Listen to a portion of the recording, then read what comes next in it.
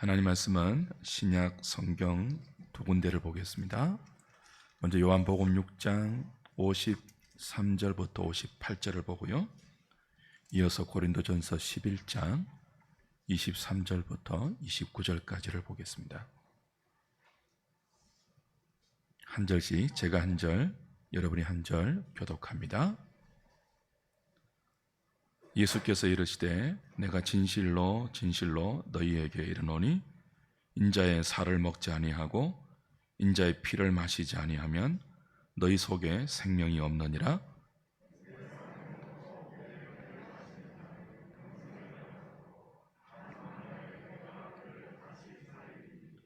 내 살은 참된 양식이요 내 피는 참된 음료로다.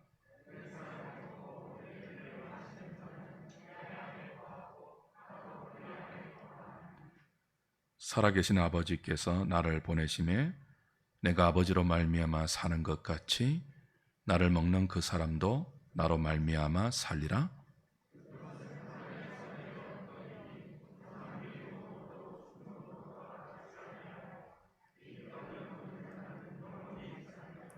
넘어가서 고린도전서 11장 23절부터 29절까지 교독합니다. 내가 너희에게 전한 것은 주께 받은 것이니 곧 주 예수께서 잡히시던 밤에 떡을 가지사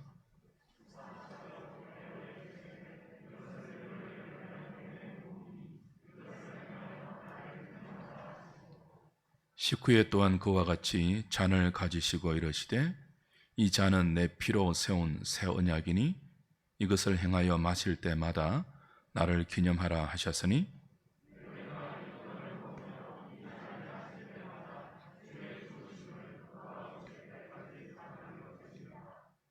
그러므로 누구든지 주의 떡이나 잔을 합당하지 않게 먹고 마시는 자는 주의 몸과 피에 대하여 죄를 짓는 것이니라. 사람이 자기를 살피고 그 후에야 이 떡을 먹고 이 잔을 마실지니 주의 몸을 분별하지 못하고 먹고 마시는 자는 자기의 죄를 먹고 마시는 것이니라. 아멘.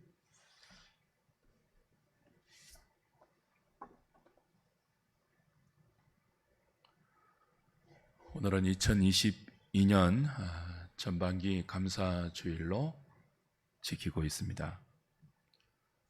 저도 나이가 들어가는지 시간이 너무 빨리 지나간다 이런 말을 자주 하는 것 같습니다. 2022년도 벌써 절반이 지났습니다. 오늘 집사님의 기도처럼 쉽지 않은 때이지만 하나님의 은혜가 교회와 성도들을 지켜주심에 감사를 드립니다.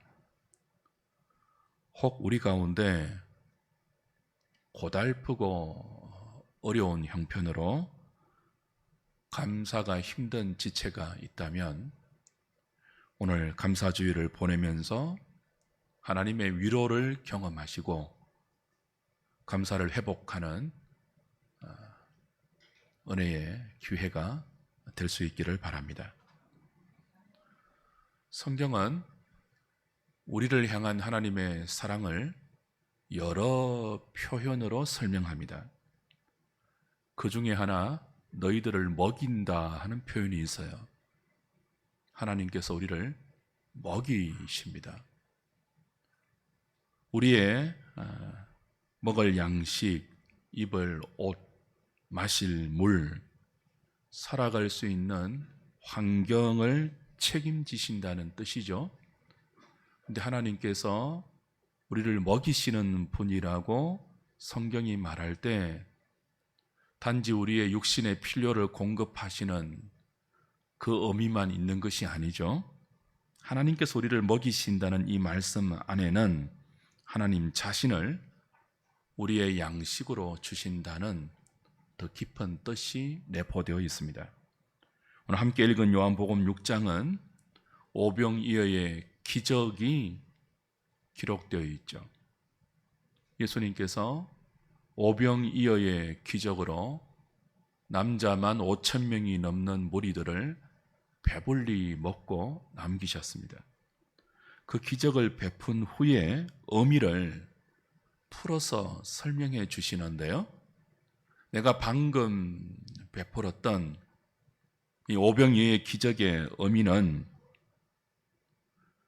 내가 나를 너희의 양식으로 먹이는 십자가 구원의 예표이다. 나를 믿는 자는 영생을 얻을 것인데 나를 믿는 것은 나를 먹는 것이고 나를 마시는 것이다. 그렇게 오병이어의 기적을 해설해 주세요.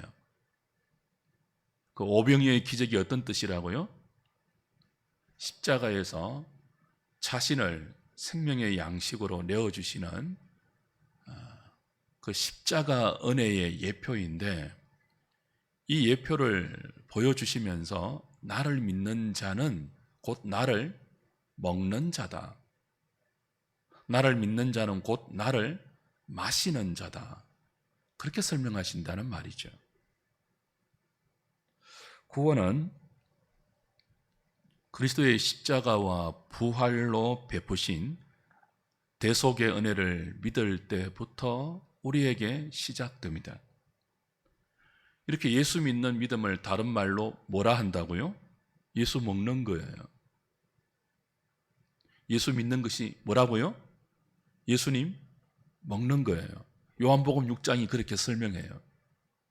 예수 믿는 것이 다른 말로 뭐라고요? 예수님의 피를 마시는 거예요. 우리가 식인종이 아니잖아요. 어떻게 예수님을 먹을 수 있죠? 어떻게 예수님을 마실 수 있죠? 물질적인 예수님의 육신을, 물리적인 예수님의 피를 지금도 먹고 마신다는 뜻입니까? 그럴 수 없잖아요. 그런데 왜 예수 믿는 것을 예수 먹는 것으로, 예수 마시는 것으로 표현하고 가르치시고 설명할까요? 사람은 먹어야 삽니다. 마셔야 살 수 있습니다. 먹고 마시면 생존의 필수 요소입니다. 매일 밥을 먹고 매일 물을 마시지 못하면 우리는 생명을 유지하지 못합니다. 그처럼 예수 없으면요, 우리의 참된 생명이 유지되지 않아요. 예수 없으면, 예수님 없으면 나는 살 수 없습니다. 마치 뭐처럼요? 밥을 먹지 못하고 물을 마시지 못하여 죽는 인생처럼 그리스도의 은혜와 주님이 내 삶에 없으면 나는 죽을 수밖에 없는 존재입니다. 그런 마음, 그런 고백으로 우리가 밥을 의존하듯이, 물을 의지하듯이 하나님의 독생자 예수 그리스도를 의지하고 사랑하고 소중히 여기며 따라가는 것이 예수 먹는 것입니다. 그것이 뭐라고요? 예수님을 믿는 믿음의 의미예요. 저와 여러분이 죄에서 건짐을 받고 영원한 하나님의 생명을 우리의 분깃으로 풍성히 누리기 위해서는 생명의 주인 되신 그리스도를 그처럼 밥으로 먹고 물로 마셔야 합니다. 그러나 이는 비장함이 아니에요. 우리 중에 매일 아침, 점심, 저녁을 먹을 때 비장한 각오로 먹는 분 계십니까? 매 순간 물을 마실 때 이 마시지 않으면 나는 죽어라는 비장한 마음으로 물을 마시는 분이 있습니까? 아무도 없죠. 왜 그렇습니까? 먹지 못하면 죽잖아요. 마시지 못하면 죽잖아요. 비장할 만한데 왜 비장하지 않죠? 매일 반복되는 너무나 평범한 우리의 일상이기 때문이죠. 당연한 모습으로 반복되는 모습으로, 특별하지 않는 모습으로 없으면 안 되는 특별한 요소가 우리의 삶에 이미 들어와 있습니다. 이를 가르치기 위해서 십자가를 지시기 전 예수님은 제자들과 마지막 유월절 식사를 나누면서 성찬을 제정해 주십니다. 떡을 떼어 주시면서 이 떡은 너희를 위한 나의 살이니 받아서 먹으라 라고 하시죠. 식후에 잔을 나누어 주시면서 이 잔은 너희를 위한 나의 언약의 피니 받아 마시라고 하셨습니다. 그렇게 교회는 그리스도가 제정해 주신 성찬을 통해서 나를 위해 대속의 은혜를 베푸신 주님의 십자가를 기억합니다. 그리고 그 은혜의 주님을 내 삶에 다시 받아들이고 사랑하고 의존하는 믿음을 확인하고 그 믿음을 더욱 공교하게 다집니다. 우린 성찬을 통해서 주님과 내가 한 몸으로 연합되어 있음과 같이 떡을 나누고 같이 잔을 대하는 지체와 지체가 그리스도의 몸으로 하나 되어 있음을 확인받습니다. 성찬에 담겨 있는 그리스도의 십자가는 일반적인 은혜가 아니죠. 우리를 향한, 자기 백성을 향한 하나님의 특별한 사랑과 특별한 은혜입니다. 하나님께서 예수님을 통해 저와 여러분을 구원하신 사랑과 은혜는 선인과 악인을 가리지 않고 모든 인류에게 베푸시는 해와 비와 공기와 같은 일반 은혜가 아닙니다. 십자가의 구원은 창세전에 그리스도 안에서 그의 기쁘신 뜻대로 예정하신 자들을 위해서 특별하게 계획되고 역사 속에서 특별하게 실행된 너무나 소중하고 너무나 귀하고 너무나 특별한 하나님의 은총입니다. 주 안에서 사랑하는 여러분, 믿음은 아무나 가지지 못합니다. 믿음은 은혜의 결과인데요, 일반적인 은혜의 결과로 가지지 못하고요, 특별한 은총의 결과로 그리스도가 나를 위해서 십자가에 죽으셨고 부활하셨다는 그 역사적 사실이 믿어집니다. 특별한 은혜의 결과로 말이죠. 일반적인 은혜로 하나님의 창조가 믿어지지 않습니다. 너무 특별한 은혜가 우리의 심령 가운데 성령의 조명하심으로 임하게 될 때 하나님의 창조와 그 창조 세계를 지금도 권능의 손으로 붙들고 있는 하나님의 섭리와 그 섭리 속에 붙들려 있는 신자의 복된 인생이 믿어지죠.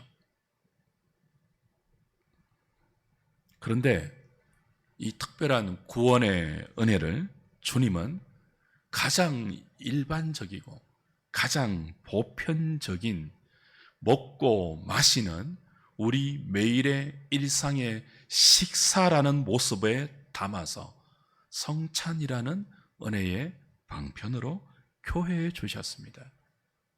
무슨 뜻일까요? 자기 백성을 십자가와 부활로 구원하시는 하나님의 은혜는 초월적인 은혜잖아요.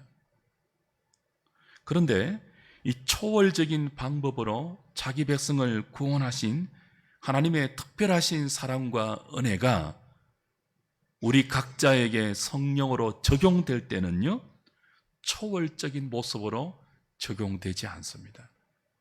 가장 평범한 매일 삶기 대하는 식사라는 가장 일상적인 모습으로 가장 특별한 하나님의 구원이, 은총이 저와 여러분의 삶 속에 녹아져서 적용됩니다. 이걸 유념하셔야 됩니다. 그렇다면 사랑하는 여러분, 한 해의 절반을 지나고 또 남은 한 해의 절반을 믿음으로 살아가야 할 지금의 우리에게 지나온 2022년 6개월의 시간과 그 시간 속에 담겨 있는 여러 가지 우리 삶의 흔적들의 의미는 무엇일까요? 저와 여러분들이 살아왔던 지난 6개월, 그 하루하루는요, 모든 인류가 누리는 일반 은혜만이 아니라 그 일반 은총 속에 감춰져 있고 숨겨져 있는 자기 백성들에게만 베풀어지는 자신을 먹여서 자신을 마시게 해서 우리를 죄에서 건지는 너무나 특별한 하나님의 사랑이 우리의 지나온 6개월의 평범한 일상 속에 녹아 있었다는 사실입니다. 눈과 귀와 마음이 열려서 우리의 일상 속에 그렇게 담겨져서 우리에게 다가오고 있는 하나님의 특별한 은총을 볼 수 있고 들을 수 있고 깨달을 수 있다면 얼마나 감사하겠습니까? 근데 우리가 미련해요. 우둔해요. 어리석어요. 그래서 초월적으로 나타나지 않으면 깨닫지를 못해요. 무엇을요? 하나님의 피할 수 없는 특별한 사랑을요. 너무나 특별한 은총을 평범함 속에서 숨겨진 채로 감춰진 채로 우리에게 왔기 때문에 많은 경우 감사하지 못하고 왜 이러십니까? 오히려 힘들어하고 오히려 불평과 원망하면서 마땅히 우리 심령에 맺혀야 할 감사의 고백과 노래를 잊어버릴 때가 많죠. 매일 스쳐 지나갔던 많은 사람들, 부딪혔던 사건들, 반복되는 일상들, 속상해하고 슬퍼하고 기뻐하고 울고 웃었던 저와 여러분의 지극히 평범한 모습들 속에 무엇이 있었다고요? 여러분을 불러서 그 사건과 사람들과 반복되는 우리의 일상 속에서 하나님의 손길로 우리를 불러서 주 앞에 세우고 하나님을 찾게 만들고 하나님이 준비해 놓으신 그리스도를 먹여주시고 그리스도를 마시게 해주시는 그 믿음의 세계로 초대하는 하나님의 손길이었습니다. 지나온 여러분의 6개월의 삶이 말이에요. 여러분이 아무 의미도 부여하지 못했던, 아니 의미가 아니라 오히려 그것 때문에 슬펐고 잠 못 잤고 분노했고 때로는 기뻐했고 즐거워했던 그 모든 여러분이 걸어왔던 지난 6개월의 족적에 여러분을 믿음으로 살게 하는 하나님의 특별하고도 놀라운 지혜와 열심과 사랑이 담겨서 여러분을 주 앞으로 인도해 왔고 이끌어 왔다는 사실을 오늘 다시 깨달을 수 있으면 좋겠습니다. 한국의 대표적인 문학가 박완서 작가를 아시죠? 그녀는 만두를 잘 빚었다고 합니다. 의사였던 아들이 있는데요. 유달리 이 박완서 작가가 빚은 만두를 잘 먹었대요. 한꺼번에 25개나 먹었을 정도로 그 어머니가 빚었던 만두를 좋아하고 잘 먹었대요.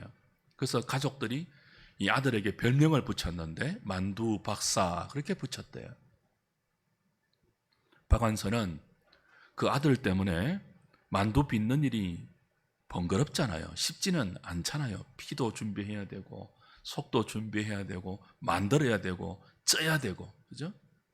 근데 그 쉽지 않는 번거로운 만두 빚는 일을 만두 박사라 별명 지은 사랑하는 자신의 아들 때문에 힘들게 생각하지 않고 자주, 그리고 명절 때마다 빚었대요. 기쁘게 빚었대요. 그런 아들이 26살에 교통사고로 죽었죠. 참척의 고통을 견디면서 그녀는 매일 신을 원망했다고 했습니다. 그때 피눈물로 하루하루 적어갔던 일기를 한 말씀만 하소서라는 책으로 나중에 출간하기도 했죠.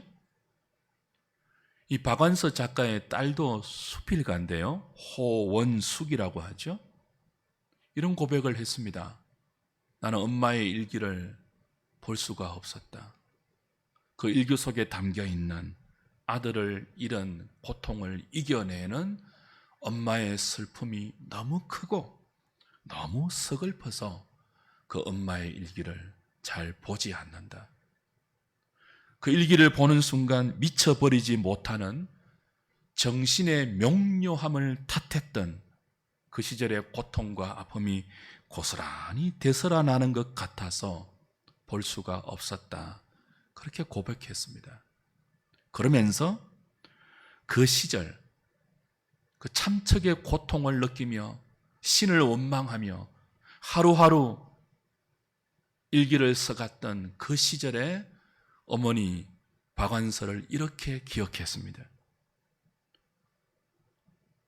아들을 교통사고로 보낸 그 해에도 어김없이 섣달 거문 세모는 찾아왔고, 그 세모에 나의 엄마는 아픔을 억누르면서 만두 박사도 없는데 만두는 빚어서 뭐하노? 재미없다 그러면서도 눈물로 여전히 만두를 빚었다고 합니다. 주 안에 사랑하는 여러분, 우리는 기적 그러면요, 뭔가 초자연적이고 기쁘고 놀라운 사건만 떠올리죠. 그런데 그렇지 않습니다. 하나님이 우리에게 허락하시는 기적 중에는요, 슬픈 기적도 있습니다. 서글픈 기적도 있습니다.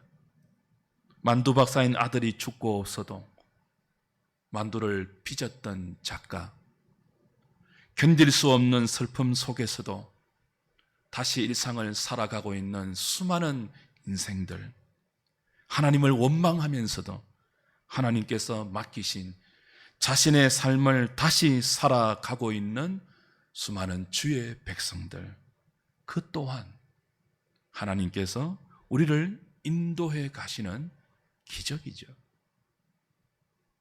풍랑이는 무리를 걸어서 제자들에게 오셨던 기적의 주님이 오늘 우리에게는 이런 모습으로 오실 수도 있습니다. 아들을 잃고 만두를 빚는 그 어머니의 슬픔으로, 그러나 그 속에서도 여전히 자신의 삶을 때로 신을 원망하면서까지 버텨내고 살아내는 그 내용으로 물 위를 걸어서 두려움에 빠져있는 제자들에게 걸어오셨던 주님이 오늘도 자기 백성들을 먹이기 위해서, 마시게 하기 위해서, 믿음의 세계로 인도하기 위해서 그렇게 오실 수도 있다는 거죠.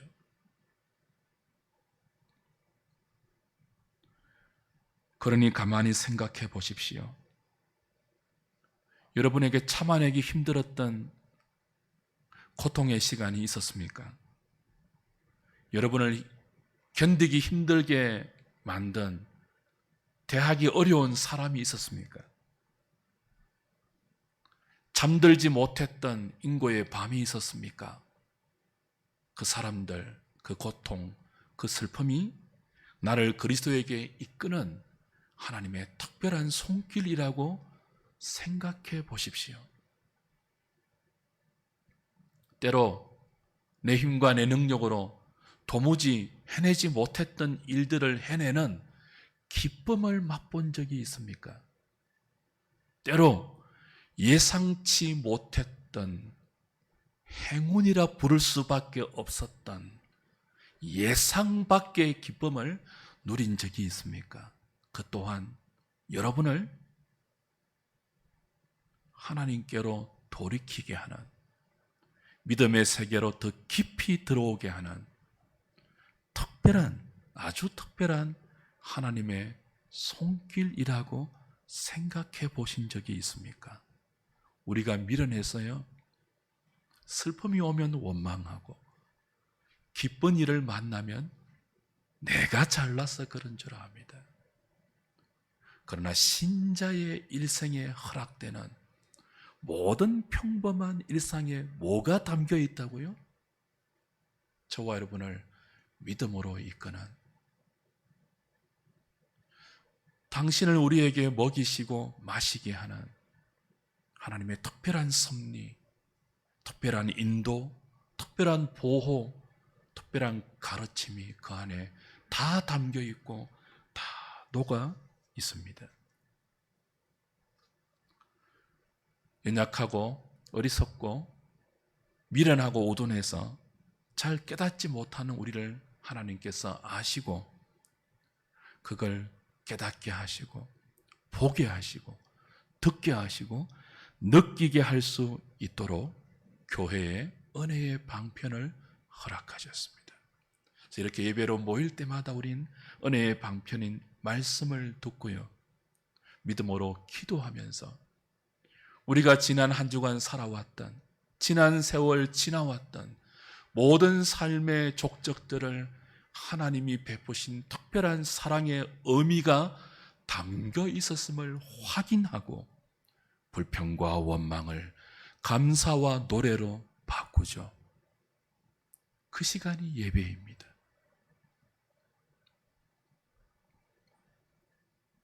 주 안에 사랑하는 여러분, 하나님이 얼마나 저와 여러분을, 자기 백성을 사랑하십니까? 당신의 독생자를 내어주실 정도입니다. 예수 그리스도가 우리를 얼마나 사랑하십니까? 당신의 목숨을 십자가에 다 내어주실 정도입니다. 그 특별한 사랑으로 오늘도 자신을 우리에게 양식으로, 참된 음료로 주고 계십니다. 이 시간 이 말씀을 듣고 또 이 말씀을 눈에 보이는 시각적인 의식으로 허락해 주신 성찬을 함께 나눌 때 우리의 지난 세월 동안 미련한 우리에게 끊임없이 베풀어 주셨던 하나님의 특별한 구원의 은총과 그 특별한 사랑이 어떻게 우리의 삶에 풍성하게 부어지고 있었는지를 다시 확인받으시고 믿음이 정복되고 감사가 풍성해지며 그 감사를 잃어버렸던 분은 감사를 다시 회복하는 복된 은혜가 있기를 소망합니다. 성찬을 나누기 전에 대유리 문답이 성찬을 어떻게 가르치고 있는지를 함께 읽고 답하면서 마음에 새기고 같이 성찬을 행하도록 하겠습니다. 제가 문을 읽으면 여러분이 답을 한 목소리로 같이 한번 읽어주시면 고맙겠습니다. 대유리 문답 제168문, 성찬이란 무엇입니까? 성찬은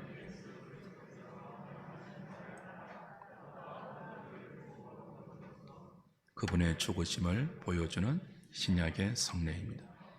성찬에 합당하게 참여하는 자들은 주님의 몸과 피를 먹고 마심으로 영적 양식을 공급받고 은혜 가운데 성장하며 주님과의 연합과 교제가 확고해집니다.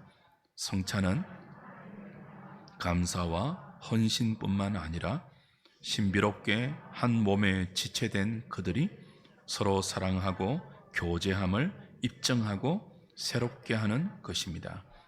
제169문 그리스도는 성찬 예식에서 떡과 포도주를 어떻게 주고받으라고 명하셨습니까?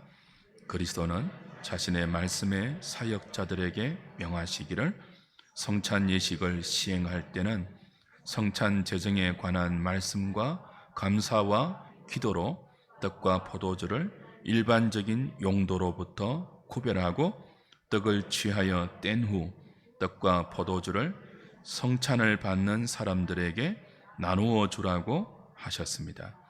그러면 성찬을 받는 사람들은 동일한 주님의 명령을 따라 그리스도께서 자신들을 위해 몸이 찢기시고 피 흘리신 것을 감사히 기념하면서 떡을 받아 먹고 포도주를 마셔야 합니다. 제170문 성찬에 합당하게 참여하는 이들은 그 예식을 통해서 그리스도의 몸과 피를 어떻게 먹고 마시게 됩니까? 그리스도의 몸과 피가 성찬의 떡과 포도주 안에 그와 함께 또는 그 아래에 육체적으로나 물질적으로 임재하지는 않지만 성찬을 받는 사람들에게 외적으로 느껴지는 것과 똑같은 정도로 참되고도 실제적으로 성찬을 믿음으로 받는 사람들에게 영적으로 임재합니다. 그러므로 성찬 예식에 합당하게 참여하는 이들은 이 예식을 통해서 육체적으로나 물질적으로가 아닌 영적인 방식으로 그리스도의 몸과 피를 먹고 마십니다. 하지만 그것은 십자가에 못 박힌 그리스도와 그분의 죽음에서 오는 모든 혜택을 믿음으로 받고 자신들에게 적용하는 한에서 참으로 그리고 실제로 먹고 마시는 것입니다. 제171문 성찬을 받는 사람들은 성찬에 참여하기 전에 어떻게 자신들을 준비해야 합니까?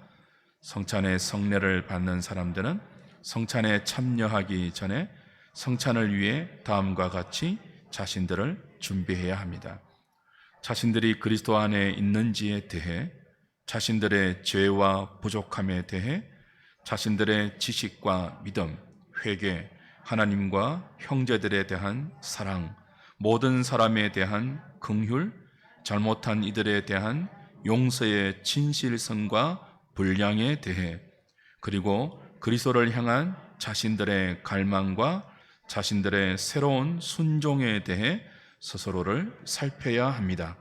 또한 이 덕목들을 거듭 실천하면서 깊은 묵상과 뜨거운 기도로 성찬을 준비해야 합니다. 제172문 자신이 그리스도 안에 있는지 또는 성찬을 받을 합당한 준비가 되었는지 의심하는 사람도 성찬에 참여할 수 있습니까? 자신이 그리스도 안에 있는지 또는 성찬을 받을 합당한 준비가 되었는지 의심하는 사람도 비록 그에 대한 확신은 없을지라도 그리스도에 대한 참된 관심을 가지고 있을 수 있습니다. 만약 그가 그런 결핍에 대해서 매우 우려하여 그리스도 안에서 발견되고 악에서 떠나기를 진실하게 원한다면 하나님께서 보시기에 그는 준비가 된 것입니다.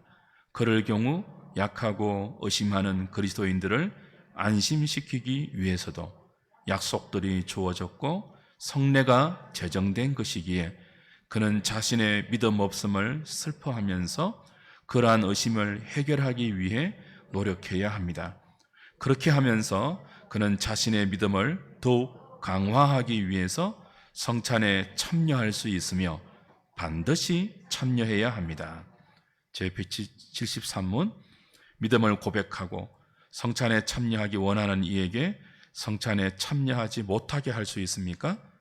비록 믿음을 고백하고 성찬에 참여하기를 원한다 할지라도 무지하며 수치스러운 일이 드러난 이들은 그들이 가르침을 받아 변화되기까지 그리스도께서 그분의 교회에 맡기신 권세로 성찬에 참여하지 못하게 할 수 있으며 또한 못하게 해야 합니다. 두 개 더 남았습니다. 제174문 성찬을 시행할 때 성찬을 받는 사람들에게 요구되는 것은 무엇입니까? 성찬을 시행할 때 성찬을 받는 사람들에게 요구되는 것은 성찬을 시행하는 동안 지극히 거룩한 경외심과 조심스러움으로 하나님을 섬기며 성례의 요소들과 동작들을 부지런히 주목하면서 주님의 몸을 주의 깊게 분별하고 주님의 죽으심과 고난을 마음 깊이 묵상함으로써 그 은혜가 왕성하게 역사하도록 스스로를 자극하는 것입니다. 그들 스스로를 살피고 죄를 슬퍼하며 대해 진정으로 줄이고 목말라 하면서 믿음으로 그리스도를 먹고 그분의 충만함을 받으며 그분의 공로를 의지하고 그분의 사랑을 기뻐하며 그분의 은혜에 감사하는 것입니다. 또 하나님의 언약과 모든 성도에 대한 사랑을 새롭게 하는 것입니다. 마지막입니다. 제175문 성찬을 받은 후에 그리스도인들이 해야 할 의무는 무엇입니까? 성찬을 받은 후에 그리스도인들이 해야 할 의무는 그들이 성찬식에서 어떻게 행동했으며 어떤 성과가 있었는지를 진지하게 생각하는 것입니다. 만약 그들이 소생함과 위로를 경험했다면 그로 말미암아 하나님을 찬양하고 그 은혜가 계속되기를 간구하며 다시 이 은혜에서 떨어지지 않도록 주의하고 자신이 서약한 것을 이행하며 성찬에 자주 참여하도록 스스로 힘써야 합니다. 그러나 그들이 어떤 은혜도 경험하지 못했다면 성찬에 대한 준비와 성찬에 참여하는 태도를 더 엄밀하게 검토해야 합니다. 만약 그들이 준비와 태도에서 하나님과 자신들의 양심에 떳떳하다면 적절한 때에 나타날 성찬의 열매를 기다려야 합니다. 그러나 만약 그들이 준비와 태도에서 어느 하나라도 부족함을 발견한다면 그들은 겸손해져야 하며 이후에는 더 많은 주의와 부지런함으로 성찬에 참여해야 합니다. 이런 마음과 이해를 가지고 오늘 함께 성찬에 임하도록 하겠습니다. 입교 교인 이상은 다 성찬에 참여할 수 있습니다. 찬송가 304장 1절 부르면서 우리 성찬 준비하도록 하겠습니다.